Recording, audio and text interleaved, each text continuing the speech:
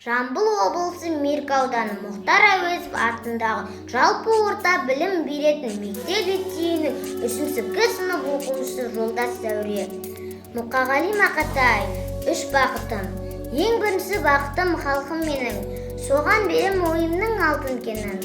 Ол бар болса мен бармын, қор болмаймын, қымбатырақ алтыннан нарқым менің. Ал екінші бақытым тілім менің, тас жүректі тілімнен тілімдедім. Кей-кейді дүниеді түңілсем де, қасиетті тілімнен түңілмедім. Бақытым бар үшінші отан деген, Құдай деген кім десе отан дерек.